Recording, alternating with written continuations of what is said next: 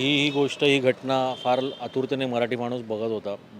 गेले अनेक वर्ष मराठी माणूस पिछाडलेला आहे या त्रासाने आणि हे एक संधी आहे एक मराठी माणसाला, एक दादरकरांना आणि समस्त मुंबईकरांना, की तुम्ही आज भरभरून दोन्ही साहेबांना माननीय राजसाहेब ठाकरेवर व बाळासाहेब ठाकरे दोघांनाही भरभरून मतं द्या आणि आपल्याला मुंबईचा मराठी महापौर करायचं, हीच प्रत्येकाची एक रणनीती असायला हवी.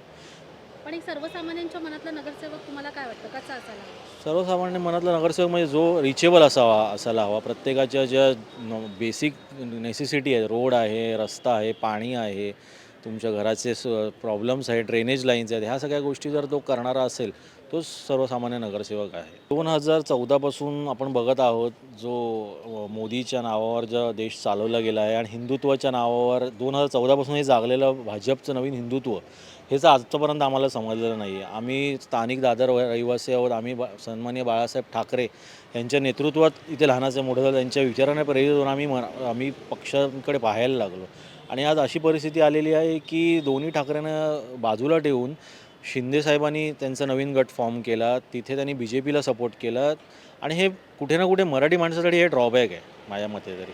मराठी माणूस याच्यामुळे कन्फ्यूज आहे की काय करायचं. पण आता ही संधी जी येते, युती होते, त्याने एक नवीन बळ मिळेल, एक नवीन आशा मिळेल मराठी माणसाला, की बाबा आपली लोकं, आपले ठाकरे, आपला जो ठाकरे बाणा आहे तो आपल्याला परत ताटमानेने जगता येईल.